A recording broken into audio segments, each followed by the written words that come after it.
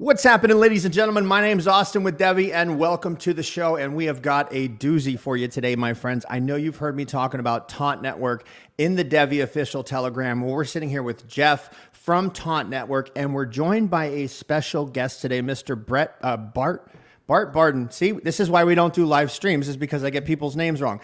Bart from Super Streaming. Gentlemen, thank you so much for being here. How are you guys doing? Yeah, great. Happy to be here. Thanks, Austin. Thanks for having me. Absolutely awesome to have you. And you know what? The beauty on the screen just improved so much with Davin making it here. Davin, how are you, buddy?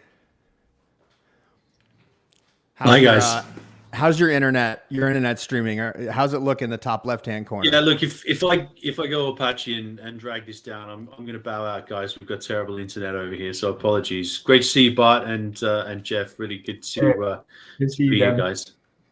Good deal. And we've got 55 people watching right now. If you're watching from one of the various YouTube streams, do me a favor, put hashtag Taunt, hashtag TAUNT into the chat here, and we're gonna be picking at the end for a Mythical Warrior NFT and also a Genesis Skull Pass. So why don't we start with some introductions? Let's start with you, Jeff, and we'll just round robin. Yeah. So I'm Jeff from the Taunt Network. I think this is my second one I've done with the Devve community. First one with Austin. High energy, as Austin said prior to this, which we love. Yeah, so for me, like my vision and what we're trying to do with the Taunt Network is all around tokenized engagement. We'll talk a little bit more about what that means in the realm of GameFi, Gamblefy, and live streaming. And we're really looking forward to partnering with Devve now and in the future around really getting a lot of our products and vision out there through the blockchain. Wonderful, Jeff. Wonderful. Bart, over to you. So you actually have a long history in esports betting. Tell us a little bit about this. Yeah. So again, thanks for having me. And again, Super Streaming, just real quick, is definitely is something to supercharge exactly what Taunt and Devve are trying to do. Right. We're like pour the gasoline on what you're trying to do in terms of powering engagement. And what we say is making the fans super fans, right? A lot with live streaming. My background, it's very interesting. Known Jeff for a while. We always went back and thought that what was going to be the next wave of engagement and fandom, right? From NFL, soccer, back in the days of horse racing for betting. All these people were engaging in various activities, and Jeff and I always thought, look, gaming as an underpinning core was always going to be that next level of engagement, and obviously with Web3 enablement and all that, it's shown to be the case. So what I just did is I tried to say, hey, there's going to be more eyeballs on gaming, on places where people are consuming gaming, live streams, Twitch, YouTube, and how can I in effect create a platform that can reach those users and bring wonderful content and platforms kind of to that audience, which is why Jeff and I are simpatico that way. So real quick before we kick over to Davin, can we dig a little bit deeper into Super Streaming just a little bit? Like, what was the genesis of it? What's the reason for your pivot? Because you do have a pretty long history in this industry with some pretty prominent roles, and so obviously there's something behind this. Yeah, the origination of Super Streaming was basically an R&D project when I was working for Paddy Power Betfair. Okay, back out. So I'm in Dublin, Ireland. Before the gold rush that they say of betting in the US, we were looking at what is going to be the next level of fan, right? Who's going to be watching what, and what we found in various studies was people were watching less and less broadcast TV. Over here it was the Premier League, right? Soccer, and what it was being replaced with. Number one answer, 47% less broadcast consumption between 18 and 35-year-olds. What it was being replaced with? Gaming. Watching gaming on YouTube, watching gaming on Twitch. So I was working with my compadres at the time there. We're like, let's build an experience to reach that person. They consume content media differently than the older better, right? And Super Streaming was born out of, let's bring at the time, a betting experience where that type of audience is engaging, which was right on stream, right? Or in stream, and make that engagement valuable, right? The most engaged users are a potential betting user, right? Back in the day. Fast forward to now, the impetus has now been, hey, that's great. But what we just found was there's a better way to make it more broad, right? We were very, very narrowed on wagering, which has its own licensing problems and regulation problems, and it can be less ubiquitous. But what we found people loved about our product, or what super streaming was they could kind of consume us anywhere. So then we said, right, let's start partnering and being a tool that could be used at a platform level to reach people who love consuming this type of content, whether that's gaming or streaming. And that's what we brought the product to do. So we broadened it, actually, which most people sometimes narrow it over time. We ended up being too narrow, but the use cases were really well. So we started to broaden our use cases. Man, oh man. So definitely looks like Davin might be having some internet issues here. And if he comes back, we'll do some intros. But so this is great. And I don't want to get too excited down this path yet, because I have like a little track I want to take us on. But so let's kick over to something. Let's assume, there's a big problem in this particular industry. What is the problem that Taunt and or super streaming are working together to like solve? What is it really? You want me to go first, Bart? I'm sure we're going to end up. Jeff, you lead up. Yeah. So I think for us and how we look at it, and again, we're looking at more from the game developer perspective that leads kind of into what Bart was talking about more on the wagering side, is just monetization issues. So when you start to look at like how a game developer makes money, the games business is on its own. I think everybody understands like this year has been relatively tough, right, for the games industry, lots of layoffs and things like that. It's a content, hit driven business in general. You got a lot of competition, not just from other games, but also just other entertainment forms like, TV, Netflix, movies, music, all of those things. So you're just competing for eyeballs. And so when you start to look at it, how a game developer makes money, in some of these models that are out there, traditional game models right now, free to play, PC, you just buy titles, right? Things like that. You need a lot of people doing that, to kind of win over time. And the strategic advantage really lies into like the larger publishers like the EAs and, and the Microsofts and the Activisions, because they have just such a innate built-in audience that's been built over 20 years, in some instances, 25 years. And so they can market to those people. They don't have a ton of user acquisition costs. And then, when you start to look at game developers, not only do they have to spend the money on the build out, but they have to spend money on acquiring users and all of that. And all of a sudden, it's just like, okay, is that even a viable model, right? And so, even Bart and I's experience working in the traditional game experience for so many years, we've seen even hit games get, for whatever reason, just didn't work, right? You'd think this thing was going to go nuts, and it just doesn't hit. So think about if you're just an indie developer and this was your one bullet to try and make work, and it just, for whatever reason, it didn't go off. So it's a really, really tough business. So then when you start to look at, okay, if you're a game developer and, how can what are other ways I can monetize? Well, wagering is out there, like Bart was kind of talking about, where, at that point, it's not about necessarily getting a bunch of, users into the game and doing free to play in-app purchases. It's really about just content generation and getting distribution of that, that betting product, whatever that might be, out into the world, right? And so that's one piece. And then this live streaming portion as well. So other than gaming, live streaming is the biggest entertainment, vehicle in the world. So if you combine those two audiences, and you have these huge oceans you can kind of market to and dictate to. Game developers now have always traditionally used like live streaming and esports and things like that as a marketing vehicle for back into the game. So it's a cost center. It's not a revenue generation piece. So that makes it really, really tough for like content creators. Ultimately, back in our days, me and Bart were also building esports leagues, a really tough business model to kind of make work if a developer holds the IP there, right? They have to sign off on rights and things like that. And you start to, as a content creator, you're like, oh shoot, well, if I get too big, they're going to want their piece of the pie, or they can just call it, right? They can just say, hey, I don't want you guys doing this anymore because they own the IP, right?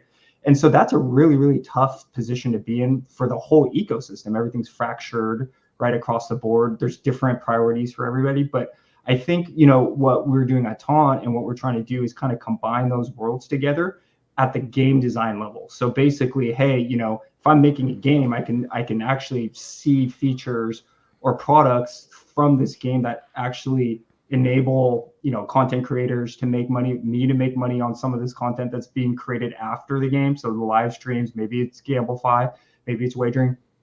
But in essence, I'm thinking about that up front, and I'm not beholden to the traditional gaming models that have been around for a long time, and I have some diverse ways to make money. So just go ahead, Mark, oh, go ahead. Oh yeah, no, it's just a great, sorry, it's just a great segue, right? Because like where Jeff is, if you take the value chain, right, Jeff's focusing down toward the game publishers, right? And then for me, you can consider super streaming like a wedge almost, right? It's like, okay, Jeff brought up some good points. There's like indie developers and then there's EA, right? And both of them have their game content streamed out there in the world, right? And they're both not extracting the value from that content out there, right? A lot of people are streaming it. It's being consumed, millions of eyeballs. What are they making? 45% RPM on YouTube. That's it, right? And that's the streamer making it. That's not the publishers getting, in effect, none of that. Now, some of them have taken a real draconian approach, which is not good for the environment, for the ecosystem, which is, well, I'll just shut you down. It's my game. It's my rights. Call it more of the Blizzard World of Warcraft model, right? And then some just don't have the ability or budget or thought to then say, well, how can I get value from this whole ecosystem that's in effect distributing and promoting my content? Yes, it's free eyeballs, but they don't have a business model downstream to take advantage of it. So super streaming sits in between there and says, hey, while all these people are now streaming all your content everywhere live, there's some really cool monetization links that you can make for that content. Again, very nicely connected with what Taunt is doing, etc. So it's like that wedge, if you will, to try to, bridge that gap for all the, live content about your game that's just circulating around constantly. So on that note, we've got 311 people watching this on the various forums that we're broadcasting it on. And by the way, I just want to repeat, #Taunt, put it in the comments for me. So I want to break this down because I know if the questions are going through my head, they're probably going through other people's heads. So I just want to bring this, simplify it just a little bit so that people can kind of get the whole view. So are we sitting on a platform or building out a platform whereby at the game development level, as somebody is developing a game, they can account for the live streaming that's going to take place, and it's actually built in at the game level so that the developer can share in the revenue that up until this point they've always lost out on, with exception of maybe the marketing value that they get from that? Am I kind of reading that the right way? That's exactly it. So think about a world, and this is what we're kind of building, through the Taunt network, but think about a world where the data feed that's coming from the game specifically is going out with a live stream to content creators, to esports operators, to whoever wants that the data feed. And within that data feed, then people can kind of create products that sit on top of that directly from the game. The cool part there is if you build a pipeline in, is then you have a tunnel, right?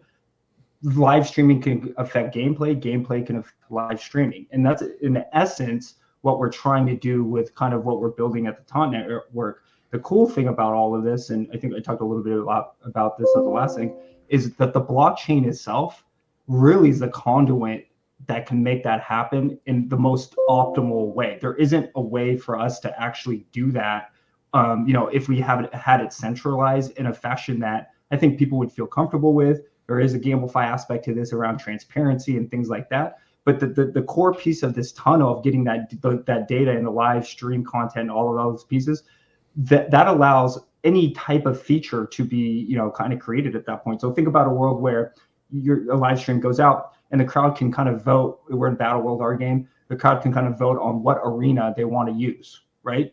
That will actually affect the game arena. And then when the arena comes on, it's the one the crowd voted on, right? Stuff like that is where you can start to do really cool things from once we have that pipeline. And then if you go even 2 steps further, think about trying to run that on Ethereum, right? With the pieces around how slow the blockchain is, that blockchain is specifically. Even if we were trying to run it on another L2, it'd be very, very difficult. And this is where kind of Devve comes in, and the 8 million transactions per second is when you start combining live streaming, authentication, transparency, reconciliation for gambling purposes, all of those things that need finality really, really quickly. There isn't really a great option out there other than Devve that can handle that if you want the blockchain pieces. So along those lines, I want to ask you this question, Bart, because you had mentioned earlier super streaming is kind of the wedge, and I'm curious, like, what type of streaming audiences do you cater to? Like, what type of content does super streaming cater to? And can we go a little bit deeper into, like, how is super streaming the wedge here? What does this partnership really mean? Yeah. I mean, for me, the great thing is we're content agnostic, right? Like, that's the beauty. Is our whole thing is we don't care if you're in the world today, in our live product right now, we don't care if you're a streamer streaming on YouTube or Twitch or Kick or your own website, right?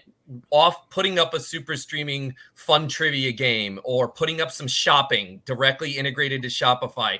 You don't have to kind of mess with the OBS or mess with the SDK.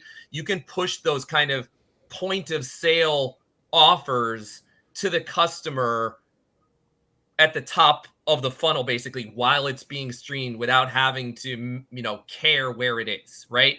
And so when I say it's the wedge, it's like, again, I don't care if you're 2 people playing Fortnite and there's, a couple people watching, but you know what? You have some maps that you want to surface and some map codes. Well, you can surface that in a nice, cool overlay. So while someone's watching your stream, you can surface those merchandising opportunities, if you will, whatever that might be, just right there, right?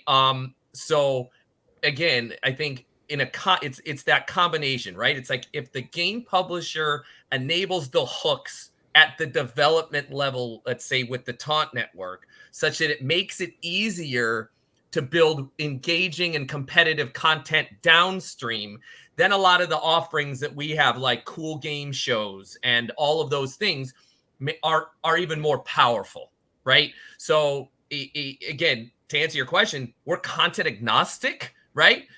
We're platform agnostic.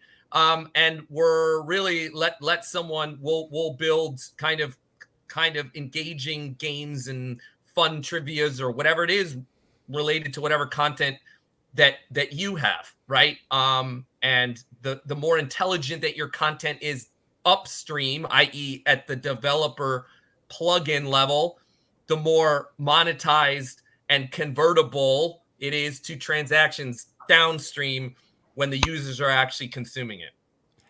Incredible. And I want to, forgive me, I want to smooth brain this for just a second because I tend to fall on that side of the bell curve on occasion.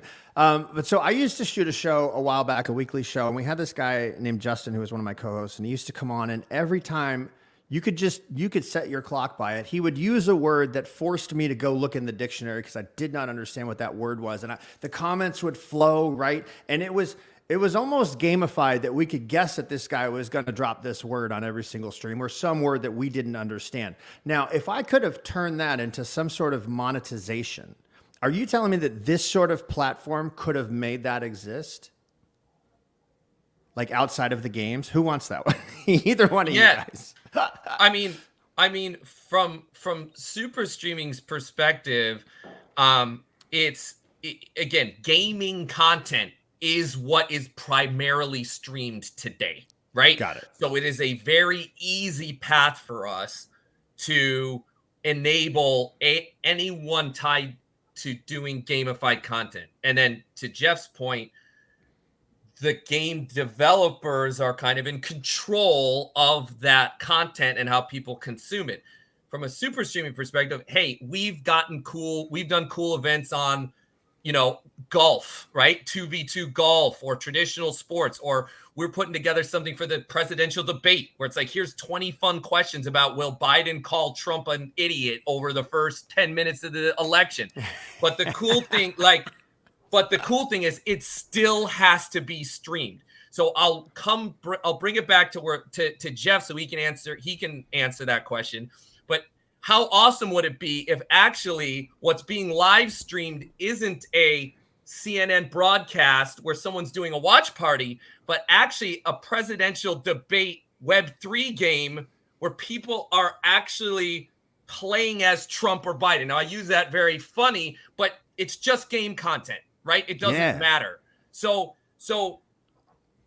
whatever the content is, we're going to create the events downstream. But again, I'll come back to Jeff about, how.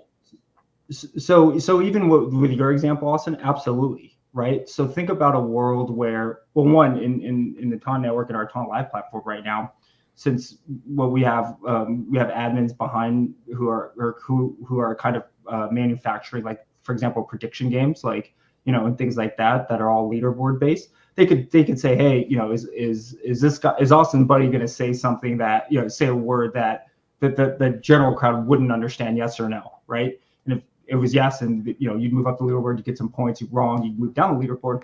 But even think of a couple steps down the road, which we're thinking about is, what if we took the last 30 of your interviews that you've done, right?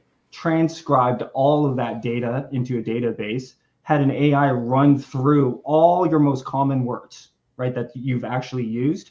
And then we could get that data and ask it in such a way that it wasn't so, it had a little bit more of that fluff, like something like, well, Austin, use a word with 3 syllables or something like that. And that was automatically done to create kind of an engaging piece of content. But even taken further, you could even read that as, well, Austin, say a word that, 80% of the audience wouldn't understand, right?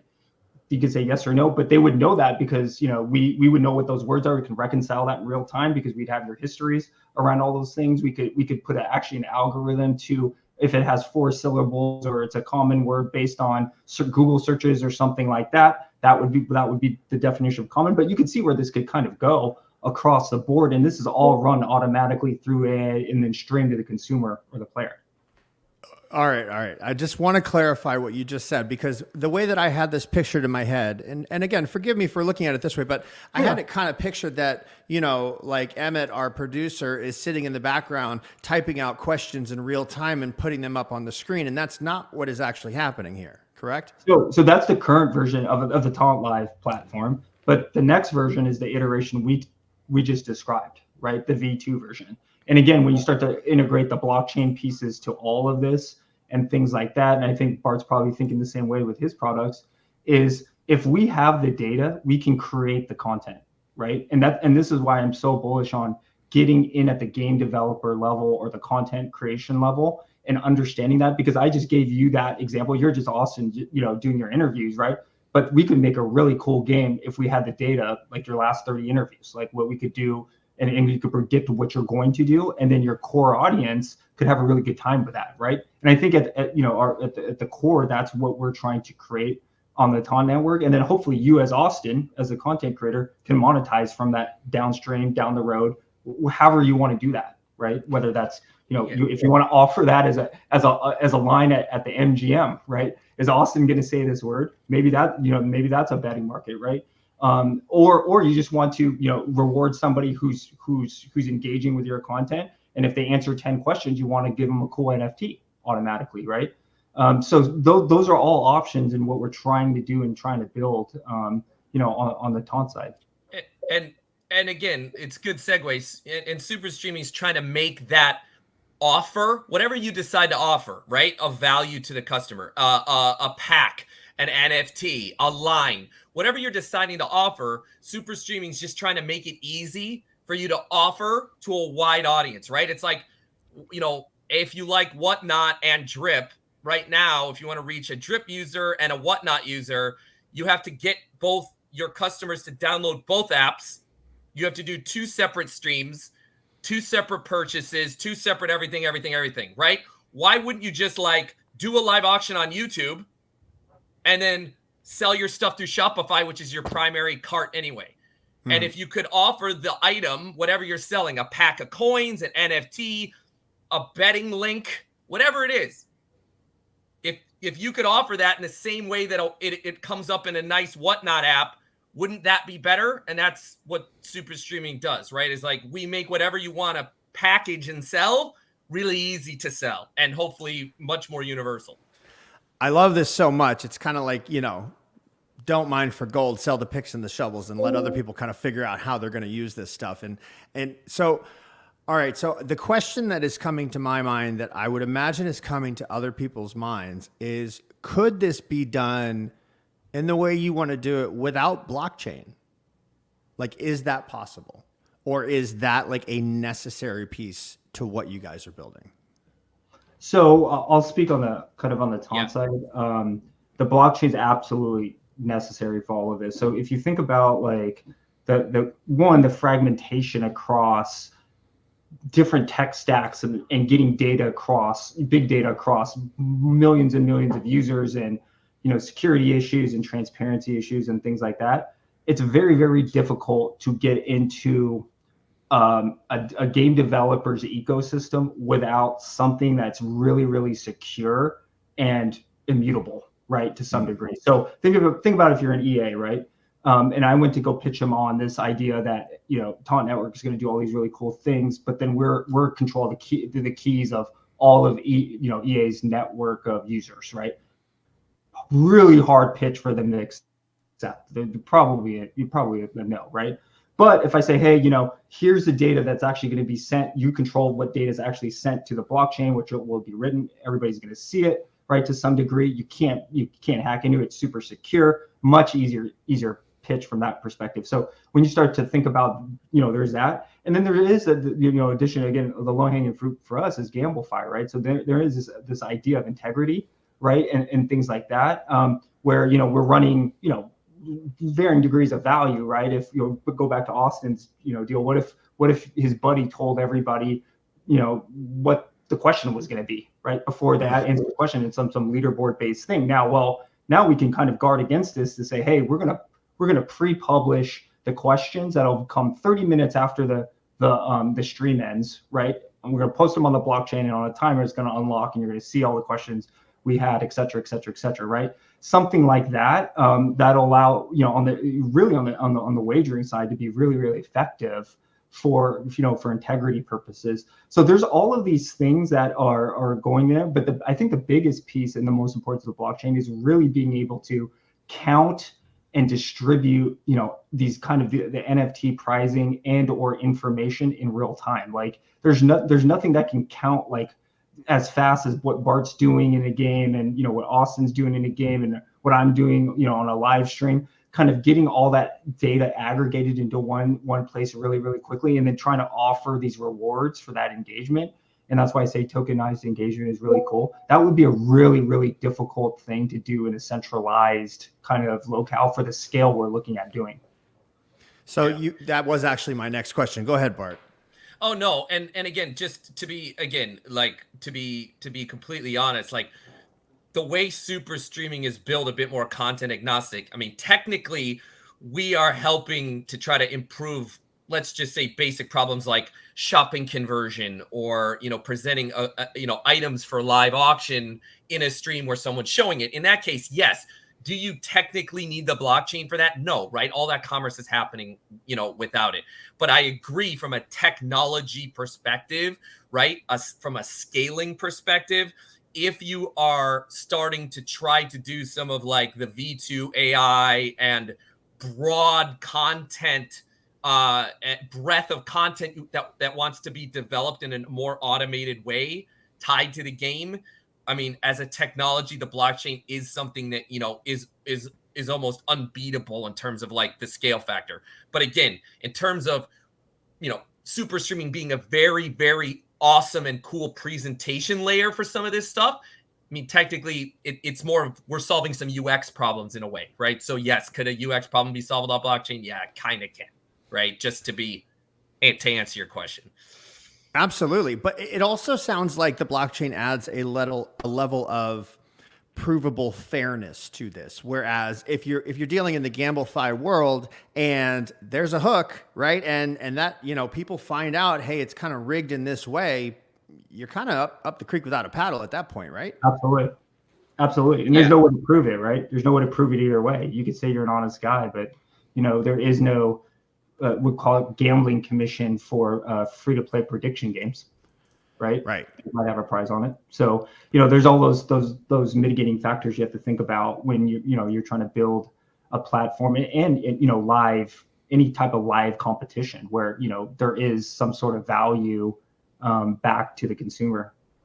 It also, and again, from the user experience, if you're talking about a conversion improvement, it also speeds up conversion, processing time, fulfillment, right? So if you're able to pass around digital assets, like right now you can put a digital asset up in Shopify, but it's pretty much sold like a physical asset, right? So you get this, you get your shopping, then you get an email, then you get this, then you get that, whatever. It's like, wouldn't it be great if like as soon as the reward was won, it just appeared in your wallet, which is what the blockchain allows you to do. So there is some efficiencies it brings even to just like, I'll call it basic digital item fulfillment. And obviously the more and more we go these days, skins, digital items, all this, those are core economy and monetization features of these game developers. So as you guys were sharing that, I'm, kind of just running through my head how all of this is going to work. And obviously, as you're presenting it to me, it's very attractive to content creators. It's very attractive to game developers. And this is a massive industry. Like, what is the go-to-market strategy here? What is the way to actually get to the developers prior to the inception of the game? Great question. So I think for us, and that's why, again, it goes back to why we have Battle World, our own studio in there. It goes back to this idea of it's really hard to pitch a game developer to kind of break out of what they've always done in the past, right? No one wants to be the first person in. And that's why we do have Battle World here, right? In general. And so, Battle World will be able to show, the power of what we're trying to build with the network tools, and hopefully, developers kind of buy into that. And then in addition to that, I know, the Forever Foundation, which is our official token issuer, in general around the token, the kind of the way the tokenomics is kind of structured in general is that a significant part of that is actually, allocated towards incentivizing developers to use the tools, right? In general. And so we hope, the combination of those things are powerful enough to do it. And then of course, the lure of being able to monetize things that, they wouldn't have normally monetized in general. And then, it looks great on a spreadsheet, and, there's value add back to their players as well. Value on potentially on the customer acquisition side, all those things that all developers, but specifically Web3 developers are struggling with, right now. And, we can help with, with what we're building on the Taunt side. I think for super streaming, or how we help that, right? On the go-to-market side, it's more about like what I said. It's like, hey, let's say you're a tier 2 indie game developer, right? And you might have, I'll just say 10,000 concurrent people playing your game at any given time. But if you go and you actually combed all your game content that was out there on the internet in terms of that were videos built, live streams going on, help videos, all that created by, let's say, content creators. Let's just say you had 1,000 content creators that had used your game in content at some point. So if you go multiply that out, now your game has been touched by 400,000 people. Okay, I'm just throwing out a number. So where super streaming is like, hey, let's take those 400,000 people that obviously had interest in your game, and let's turn those fans into super fans. Let's turn that fan that just watched that content about your game back into your game as a purchaser of product into your game, and as an engagement, as a person who's more engaged with your game. So if you can just rip off 1, 2, 3, 4% of the nascent fans and make them super fans, there's your go-to-market strategy, because they're already there. You didn't have to acquire them. You just had to reach them. Earlier on in the stream, Bart, I think you had mentioned a particular game developer that basically went out and shut people down if they were live streaming. I forget the game that you had mentioned specifically. But as you're talking, and I'm thinking, okay, you've got these game developers that are, they're independent. They're taking a big risk by developing these games. If it's their one shot, maybe they're not going to make it. And it sounds to me like using this platform would sort of mitigate some of the risk that's involved with developing games. And so my question to you guys is, let's say this does take off. Let's say this is a real trend that's going to happen. And now you've got indie game developers who are, more confident creating games. They're taking a step out into a void that may not have accepted them as well in the past. What's that going to do potentially for the industry, for the creativity that could come about? Like, what are the potentials here? Go ahead. You go first. Let me take. I got a real good point. I'll let Jeff go from the development perspective. But my answer to you, Austin, is it's already happening, right? And the example is creators with lots of audience are now going in and creating game studios because they figured that out in reverse already. Yeah. Okay. Dr. Disrespect, own game studio. All these creators are getting together and forming alliances to build games because they've already figured that out. But they just see it from the other side because they know that they're the ones that are helping keep games interesting and alive. Okay, so that my easy answer to you is it's almost Benjamin Buttoned just on the other side. It's actually happening. Okay, so that's my quick answer from the industry perspective, and then I'll let Jeff hit it from the developer perspective. I mean, and also just to tack onto that, that's happened on the NFT community side too, as well, right? Most of the more successful, PFP communities are transitioning to games because they have an audience, they have a rabid community in theory, and they have one half of the equation already, which is ultimately most instances probably more difficult than actually creating the game itself, right? Is getting the audience who's engaged and loyal to those pieces. Excellent answers. All right. So next question for you. I think we're segueing very good into this. And I know that people that are watching this, in the back of their mind, they've got the Taunt token right there, right? And they're wondering, all right, how does this play a role? Because this is an amazing sounding platform, but how does the Taunt token come into play here? And where's the value accrual within that? Yeah, that's an awesome question. So again, I think, obviously the Forever Foundation is, they've launched quite a few tokens in the last, few months. They got quite a bit of experience in doing that. I think in general, how we've kind of planned in the token specifically is it's going to be utility token first in Battle World. So, it'll be a reward token. It'll be you can use it to make purchases, governance, all of those kind of normal things within the realm of Battle World. But then, like I was talking about, earlier on the calls, our goal on the network side is to get more developers using that token, incentivizing them to use that token in the same kind of fashion. We also have in the back of our heads almost like a SaaS type model to charge developers to use that rev share model, etc. All kind of tying back into the token itself. But just like the other projects, the Forever Foundation is kind of managing on the token side. They do have a plan around it, and we think in general it's a really smart plan, and it'll get us to our vision long term, and everybody in the ecosystem will be happy about it. Amazing. So an unplanned question that kind of popped in my head while you were saying that, because the way that I'm hearing this is that it sounds to me like the opportunities and the limitations of this are really only limited in the minds of whoever uses these tools. And I'm wondering, in y'all's perspective, like where is the limitation here? Like where are the downsides to this? You want to go first, Bart? Yeah, I'll go. I mean, again, I think it's for us, and what we're doing. I think one limitation, at least right now, which is an achievable limitation in the future, is just kind of education, right? And like, you got developers who are really good at what they do, right? Building really good engaging games. And then you have content creators or, people who are pushing live streams who are very good at what they're doing, which is like keeping an audience engaged with their live content. But you don't see a lot of bridging. And not only do you see a lot of bridging, you see a bit of you don't see as much like people trying to cross over a bit. Like again, at least right now, right? It's an education thing, and the reason is it's because I'm good at what I do, and I like my audience is what it is, and that's what I do. And a game developer is like, I just like making games, right? And they kind of think if I make a good game, to Jeff's point, you're going to hit that home run. You're going to get that, Pal World, whatever, strike a lightning in the bottle and get your, 100,000 purchases on Steam in one go.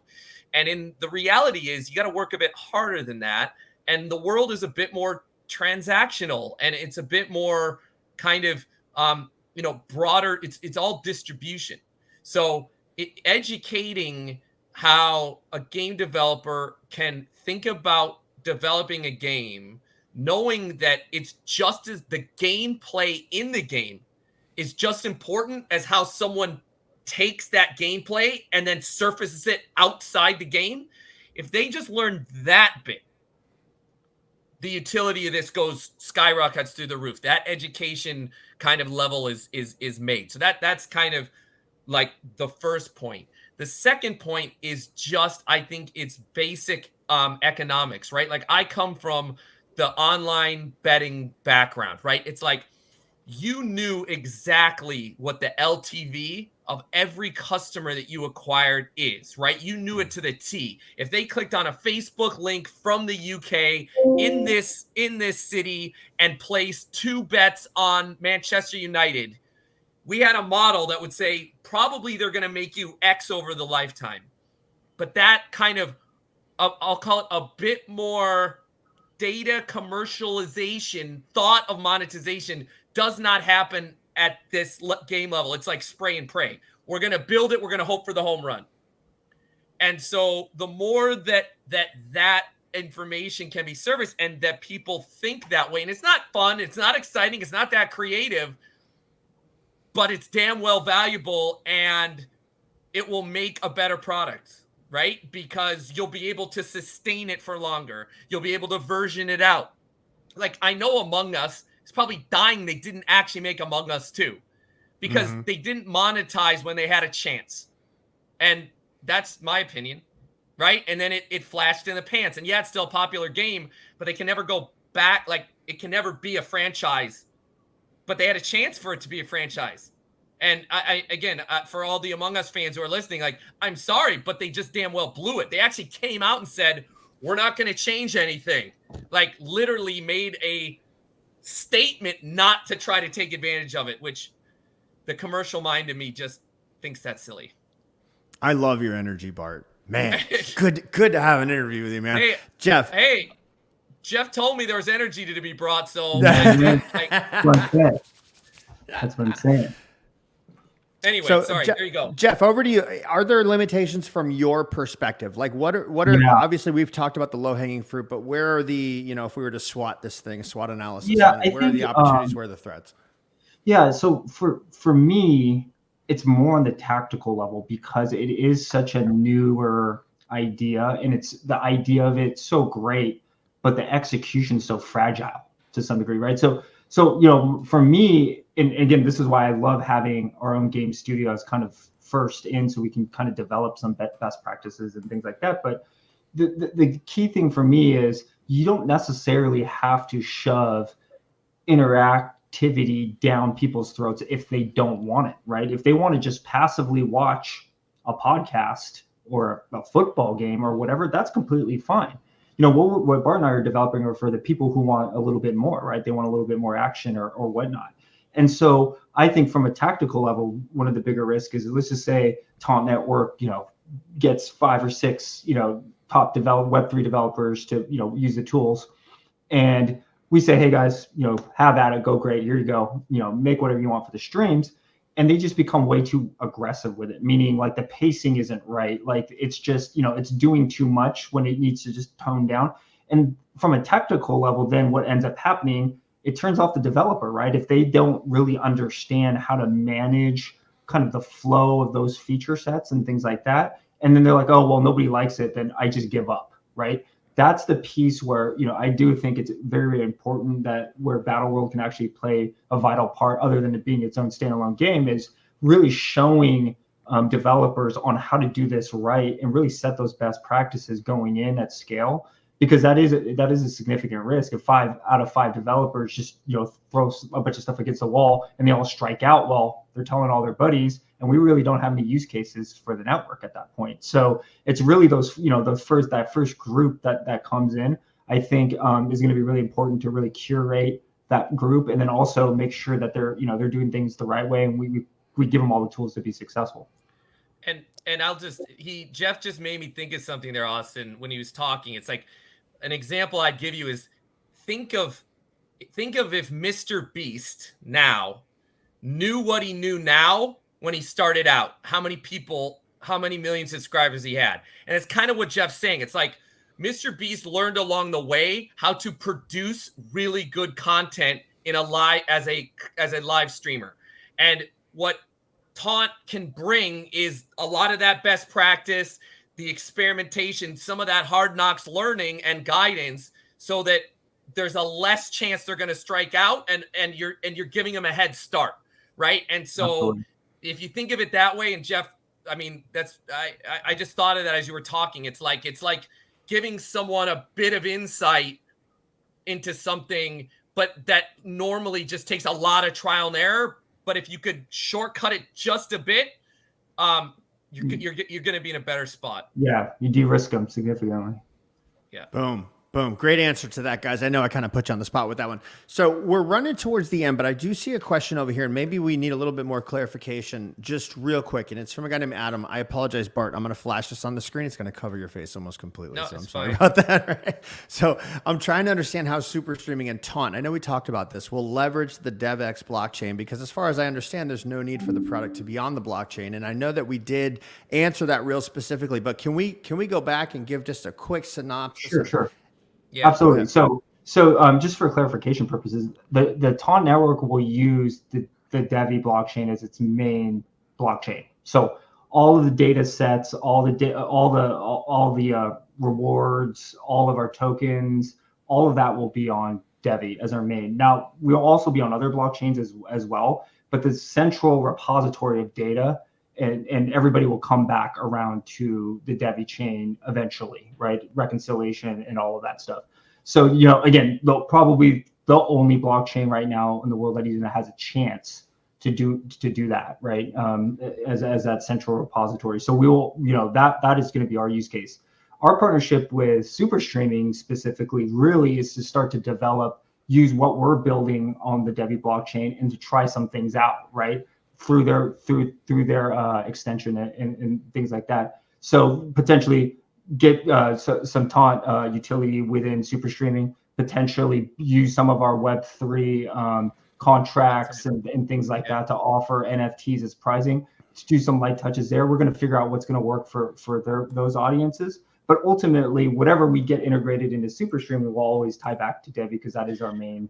Yeah. That is our main. We're the downstream. So if there's really good game content, really good reward programs, really good utility that is developed leveraging Taunt and blockchain, we can use it, right? If they're not developed, we can't do anything with it because it doesn't exist. So we are like we're kind of the wedge. Like, we're downstream. Once that content is there and enabled and all the hooks are there, then we can help, like I was saying, is like reach that base fan and get more people kind of using it. So we're kind of just gas, but if the blockchain isn't used, there's nothing to pour it on. Let's go. I love a good gas fire analogy. Yeah. Wonderful, wonderful. Gentlemen, thank you so much. So we had a drawing that we were going to do, and let me go ahead and pull that up. We're going to be giving away a mythical NFT warrior and a Genesis Skull Pass. So here we go. The winner is... Can't be me. If it's me, we'll do it again. The real Randy Chavez, my friend. Yeah. So do me a favor, should they just DM you on Twitter? Is that okay, Jeff? Absolutely. That's fine.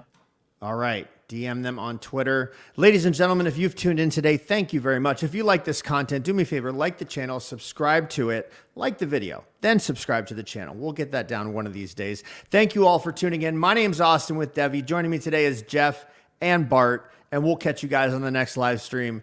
Take care, ladies and gentlemen. Thank you, guys. Bye-bye. Thanks, Austin. See you guys. Take care. Hope you guys see you soon.